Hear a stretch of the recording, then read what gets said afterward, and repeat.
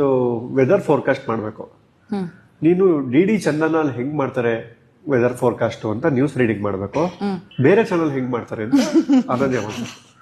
3-4 ದಿನಗಳಿಂದ ಇದ್ದಂಥ ಮೋಡ ಕವಿದ ವಾತಾವರಣಕ್ಕೆ ಇವತ್ತು ಉತ್ತರ ಸಿಕ್ಕಿದೆ. ಬೆಂಗಳೂರಿನಲ್ಲಿ ಭಾರೀ ಮಳೆ, ರಾಜಾಜಿನಗರ, ಜಯನಗರ, ರಾಜರಾಜೇಶ್ವರಿ ನಗರದಲ್ಲಿ ವರುಣನ ಆರ್ಭಟ. ಇನ್ನು 3-4 ದಿನಗಳ ಕಾಲ ಇದೇ ರೀತಿ ಹವಾಮಾನ ಇರುತ್ತೆ ಎಂದು ಮುನ್ಸೂಚನೆ ನೀಡಲಾಗಿದೆ. ಈಗ ಚಾನಲ್ ಚೇಂಜ್ ಮಾಡಿದ್ವಿ. ಅಯ್ಯೋ ಇದೇನ್ರಿ ಬೆಂಗಳೂರಿಗೆ ಅಂಟಿದೆ ಜಲಕಂಟಕ.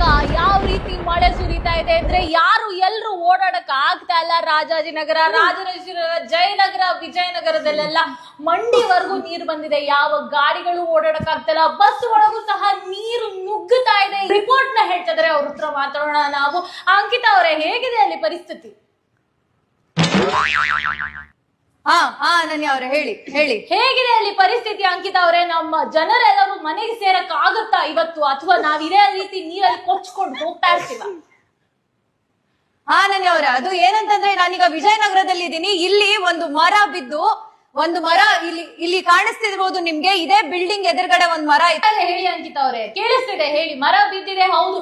ಈ ತರ ಮರ ಬಿದ್ದಾಗ ನಾವು ಯಾವುದೇ ರೀತಿಯ ಒಂದು ನೆಟ್ವರ್ಕ್ ಅಲ್ಲೂ ಸಹ ಮಾತಾಡೋಕ್ ಆಗುದಿಲ್ಲ ನಮ್ಮ ಪ್ರತಿನಿಧಿ ಜೊತೆ.